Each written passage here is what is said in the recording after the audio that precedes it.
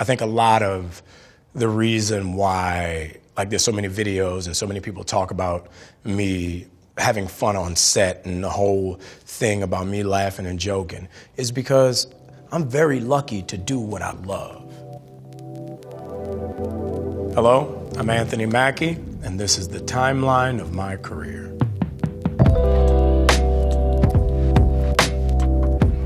Okay. Who goes first? Let that go fly. Whoa. I can't believe my ears. Not a hostility. I was at Juilliard, and my friend Michael DeVell Wynn was writing a play called Up Against the Wind. And the play was about Tupac. I played Tupac. It was amazing. We did it at Juilliard, crushed it. Jim Nicola from New York Theater Workshop came to see the play, said, this is great, I want to move this off Broadway. So he takes it. My senior year at Juilliard, we do Up Against the Wind at New York Theater Workshop. Massive hit. We're on the cover of the New York Times. It was amazing. Everybody was like, oh my God, how are these Juilliard kids doing something so contemporary? So, this wonderful lady named Molly Finn saw the play. She introduced me to Curtis Hanson, who directed 8 Mile, and I auditioned for Mekhi Phifer's part. But Mekhi Phifer is really famous, and I was a guy who had just done a play. So Curtis called me and was like, yo, not to be rude, there's a smaller role in the movie with 4 lines, I want you to play this role. I'm like, bet. So I go to Detroit, we start 8 Mile, and I got to hang out with Eminem for 3 months. It was amazing. I was 21 years old. I was only supposed to be there for a short period of time. As the shoot evolved, Curtis started developing my character, changing my character, adding more scenes. So Papa Doc went from 2 scenes to an integral part in the story of 8 Mile. So you see a group of guys in our early 20s honestly becoming lifelong friends on screen before your eyes. And that's why the movie worked so well. I mean, everybody who was in 8 Mile, they're still my friends. And that was 20 years ago. That you decided to start experimenting with your sexual orientation while our wedding invitations were in the mail to both our family. Well, She Hate Me was interesting because I did a movie with Spike before She Hate Me called Sucker Free City, which as an actor, you know when you've done good work. And I felt like, Sucker Free City was some of the finest work I've done as an actor. It was supposed to be developed and grow into this amazing series like Showtime's answer for HBO's The Wire. We crushed that project. Absolutely, I don't care what nobody said, we crushed that project. And from that, Spike offered She Hate Me to Jeffrey Wright, and Jeffrey Wright said no. And I was there the day Jeffrey said no, and I was like, damn, that's messed up, man. Jeffrey don't want to work with you. We work real well together. So 2 days later, he calls and offers me She Hate Me. And it was a huge learning experience. I've never seen anybody with the drive, the focus, the passion that Spike Lee has. And that was the first time me seeing somebody really appreciating the love for what we do.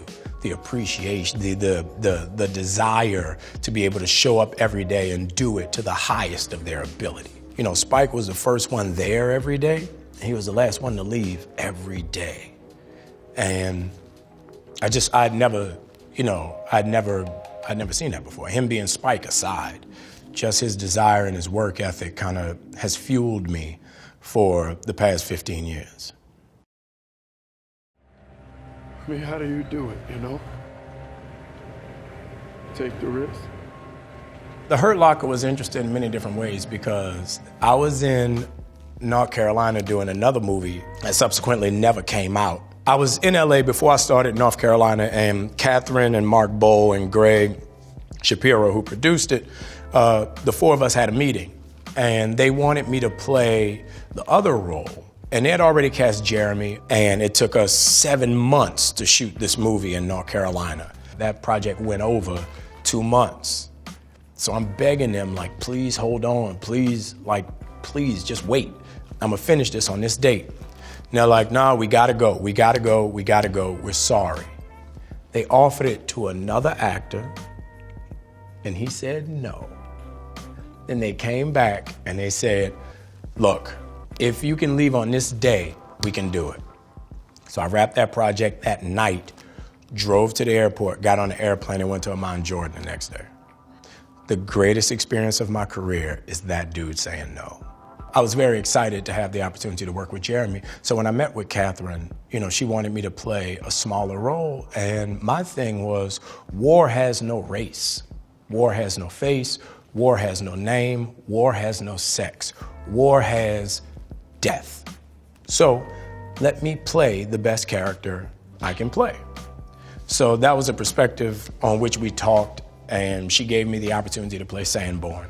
And you know, it was interesting because I had known Catherine's work for a long time. I loved her movies, I loved her style, I loved everything about her career that I had experienced. So I wanted to be a part of that.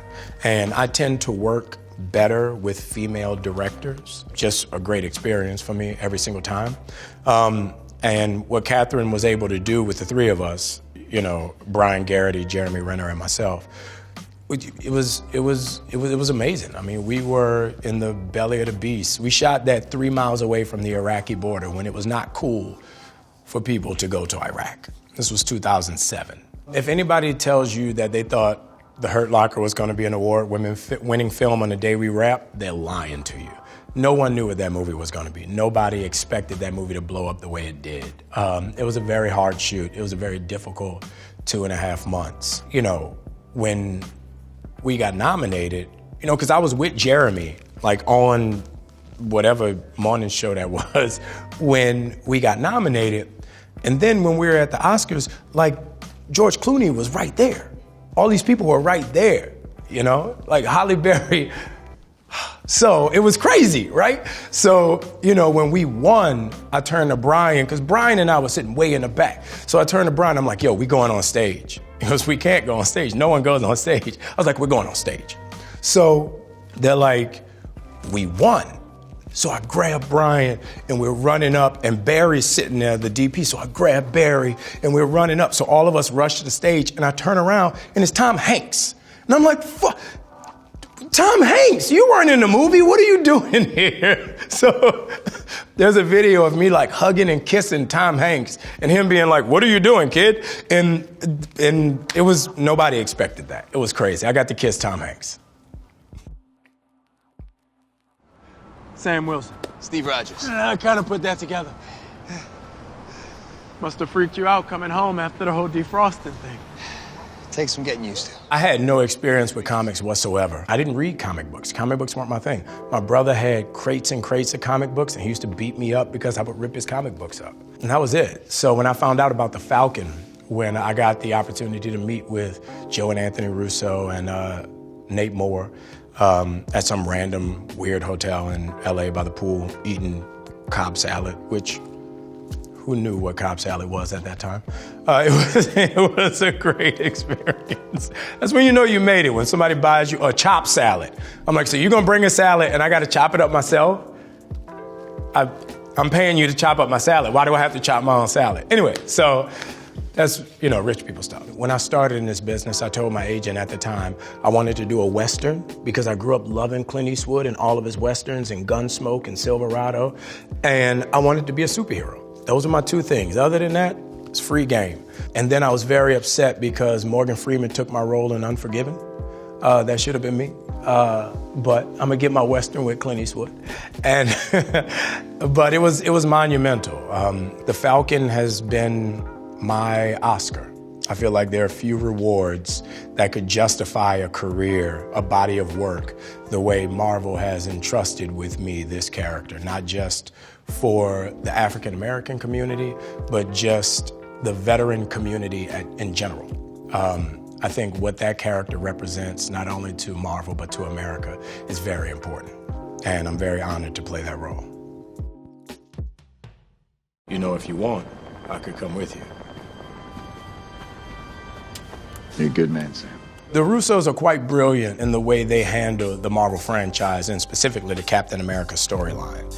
You show up for 2 days, you shoot one scene, because I wasn't in much of either of the movies, but you show up for 1 day, you shoot a scene, you show up for a week, you shoot a scene, you go in, you do ADR, and you record a line. You have no idea where it's gonna fit and how it's gonna work. But they take all this footage and make this amazing story, you know? And the first time I saw the movie, I didn't know how it was gonna play out. So the last scene in Avengers Endgame, I'm at the theater with my son, and the movie ends, and my son goes, "Dad?"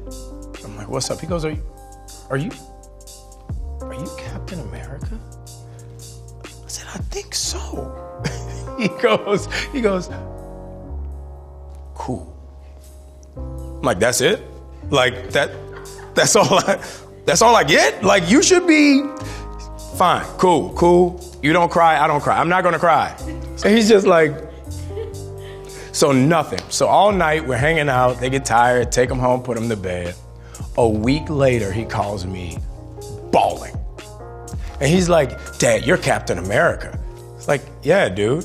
So he's like, I didn't know. That's so amazing. I'm so proud of you. So then I start crying. And I'm like, "You're proud of me?" He's like, "I'm proud of you, buddy." But that's, you know, it's funny, as a parent, you do so much and all you want is the approval of your kids. Like, nobody else matters. Like, I don't care what anybody else on the internet says. My son said it was cool, so it's cool, you know? And that's been the biggest thing with Marvel and all of these movies. You know, you realize, you know, it's an opportunity for you to spend time with your kids. Like, every Marvel premiere, I get to take my son and we sit and we eat popcorn and we watch the movie, you know, and we talk about it afterwards. And, you know, he says his favorite part, I say my favorite part. And that's kind of what this character has become. It's been a way for my sons and I to bond over movies. Think about all the good we can do for the community. Taking it to the man. That's exactly what we're gonna do. When we were shooting The Adjustment Bureau, we were on the top of 30 Rock, shooting a scene with Matt and Emily. And Joel, who's Nofi's editing partner, comes up to me and starts telling me this amazing story.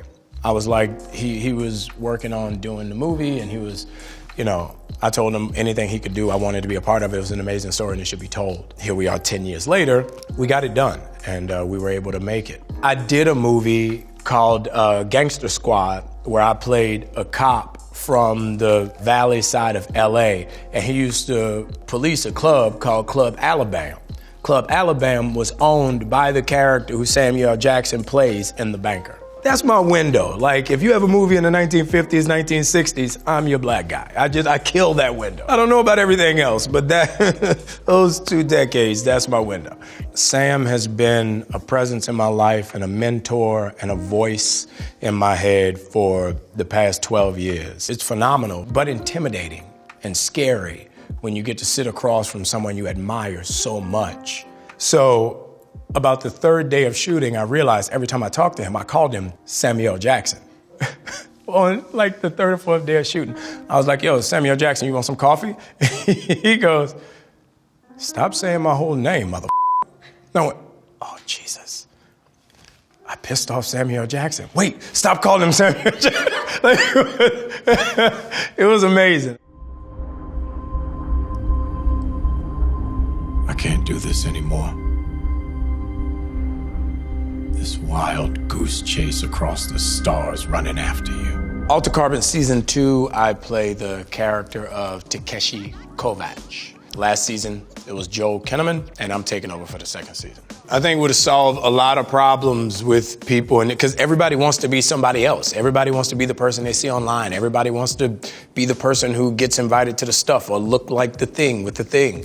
I think it would solve a lot of problems if we could just zap people into what they want to be. Me in Vancouver is like reading Dante's Inferno. And I don't know which layer of hell I was in, but I'm pretty sure I experienced all 7. It's the first place I've shot where we had to have bear wranglers, because there are bears everywhere. And I guess the local people aren't afraid of bears. Skiing, is a death trap in Vancouver because they actually have mountains. So if you're going skiing and you see a big sign that says slow, that means you've hit the point where you can die. I learned that when I learned what a mogul was. We don't have moguls on the East Coast. If you saw a dude falling down the mountain like that was me over every mogul that was out there. It was a very cold, long, rainy 6 months running from bears. For me, the philosophy that goes into selecting a role is more about humanity than anything else. I think because I have a theater background, I really look for a three-dimensional character, someone that has a beginning, a middle, and an end, and someone who just seems like a real person.